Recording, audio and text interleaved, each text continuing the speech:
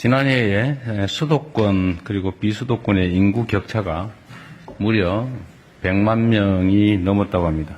즉 수도권 인구가 지방 인구보다 100만 명이 더 많아졌다라는 것입니다. 수도권이 비수도권 인구를 초월한 지 6년 만의 일인데 엄청난 빠른 속도인 것 같습니다. 전 국토의 12%에 불과한 수도권이 인구와 자원을 이것처럼 소용돌이처럼 빨아들이는 일극체제는 더 방치할 수도 없고 또 방치해서도 안 되는 상황입니다. 이처럼 수도권 포화가 심화할수록 지방 소멸은 과속화될 것이고 국토 활용의 비효율성이 높아지면서 잠재 성장률도 떨어질 수밖에 없습니다. 이미 한계에 도달한 수도권 중심 성장에서 지방주도 성장으로 대전환하는 것, 또 이를 통한 국토 공간의 균형적인 이용은 경제의 성장판을 다시 열고 지속 가능한 국가 발전의 토대를 쌓는 가장 확실한 길입니다. 망국적인 부동산 문제의 근본적 해결도 수도권 일극체제 타파에 달려 있습니다. 지방주도 성장으로의 대전환을 위해서는 무엇보다 재정 영역, 또 세제, 금융, 조달 등 국가 행정 전반에 걸쳐서 지방 우대, 또 지방 우선 정책을 제도화해야 합니다. 우리가 재정이나 세제나 금융에 대해서는 많은 생각을 하고 있는데 가만히 생각해 보니까 이 조달 분야, 국가 조달 분야에서는 지방 우선이나 또 지방 가산, 가점 제도가 없는 것 같아요.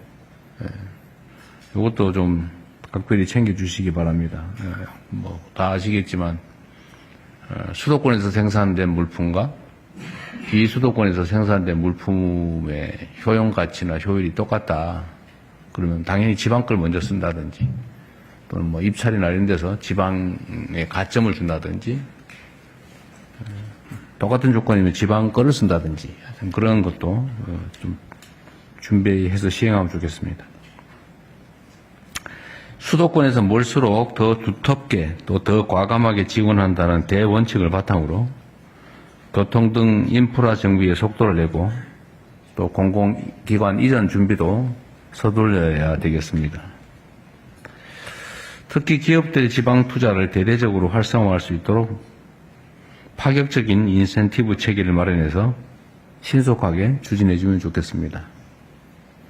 제가 오늘 청와대 식당에 가서 밥을 먹다가 얼핏 생각이 났는데 공공기관을 지방으로 이전하게 되면 그 이전하는 공공기관에는 구내식당 만들지 말고 바깥에서 먹게 하는 대신에 우리 직원들한테 차라리 밥값을 지원을 해주는 게 낫지 않을까 싶습니다.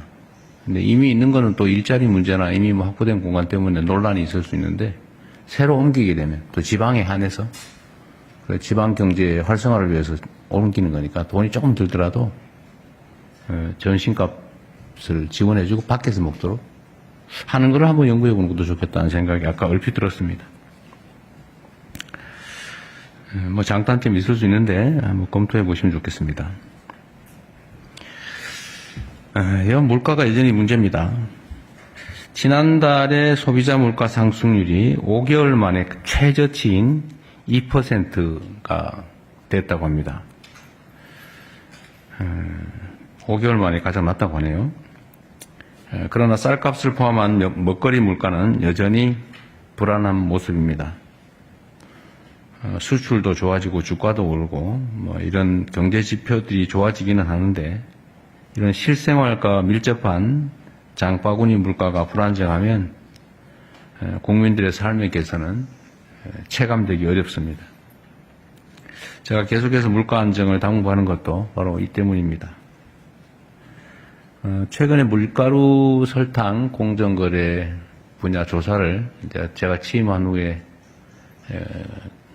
검찰에 지시해서 검찰이 아주 빠른 시간 내에 성과를 냈어요. 실제 조사를 해보니까 우리나라 빵값이 다른 나라에 비해서 엄청 비싸다고 하는데 그게 밀가루, 설탕 값 때문 아니냐. 뭐 전부는 아니겠지만 일부는 그런 요소도 있는 것 같습니다. 그리고 또 국제 밀값이 뭐 몇십 % 폭락을 해도 오히려 국내 밀가루 값은 올랐다는 그런 자료도 있더라고요. 근데 그게 왜 그러겠냐. 이게 담합 때문일 가능성이 많죠.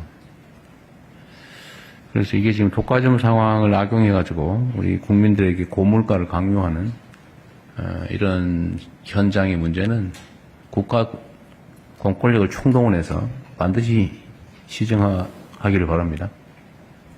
뭐 공정거래위든 경찰이든 검찰이든 또 행정부서도 마찬가지입니다.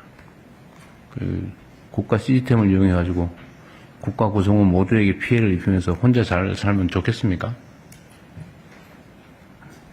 뭐 그런 얘기도 있는데 혼자 잘 사니까 좋습니까? 뭐 그런 그런 거 있잖아요. 충청도식으로 언제 한번 해보세요.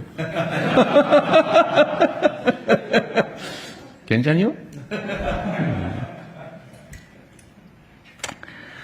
얼마 전에 생리대 얘기도 한번 해보니까 뭐 조금씩 물가가 생리대 가격도 내려가는 것 같더라고요. 새로운 제품도 나오고. 그 얼마든지 할 수 있는데 안 한 거죠, 이때까지. 근데 이게 그 몇 가지 요소뿐만이 아니라 전부 다 그렇습니다. 과일도 그런 것 같고, 농산물도 유통 구조가 좀 이상하고, 축산물도 아니 소값은 폭락을 하는데 고기값은 안 떨어진다고? 대체 왜 그러냐? 다 이 국가 시스템의 문제죠. 어쨌든 가능하면 이 물가는 물론 이제 각 부처가 독자적인 업무들이 다 있긴 한데 좀 이렇게 특정 기간 집중적으로 이 물가 문제를 좀 관리할 태스크포스를 한번 만들어 보면 어떨까? 그것도 한번 검토해 보십시오. 좀 단기적으로 뭔가 좀 지금까지 안 쓰는 새로운 방법들을 좀 발굴해 내야 될 것 같아요.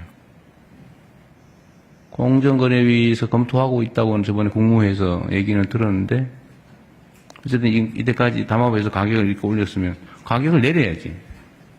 근데 내렸는지 잘 모르겠어요. 그냥 뭐 잠깐 사과하고 뭐 할인 행사하고 그냥 모른 척 또 넘어가고 이러던데 이번에는 그런 일 없게 끝까지 철저히 관리하시기 바랍니다. 가격 조정 명령제도 뭐 이런 것도 있다는데 뭐 그것도 잘 활용하든지 해야 되겠습니다. 어쨌든 이 정책에 대한 신뢰를 높이기 위해서는 적당히 하다 넘어가는구나 이런 생각을 절대 못하게 해야 돼요. 말한 건 반드시 지킨다. 아마 정한 정책은 집행되는구나. 빈말하지 않는구나. 이렇게 해야죠. 그 중에 이 정책 신뢰성의 제일 큰 토대가 법률이죠. 법률. 법을 만들어놨으면 법을 지켜야 됩니다. 근데 안 지키고 힘세면 빠져나가고 뭐 이상한 시행령 만들어서 슬쩍 비틀고 집행규칙 만들어서 슬쩍 또 완화하고 이러니까 계속 위반하는 상황이 발생하는데 그런 일이 안 생기게 잘 관리하시기 바랍니다. 제가 전에 한번 얘기했었는데 요새는 올림픽을 하는데도 이렇게 조용한가? 왜 그럴까? 뭐 구조적인 이유가 있다고는 하던데요. 국민소득이 올라가면 그런 경향이 생긴다고 누가 그러더라고요. 뭐 그럼에도 불구하고 너무 좀 관심도가 떨어져 있는 것 같습니다. 제25회 밀라노 코르티나 동계올림픽이 곧 개막하죠.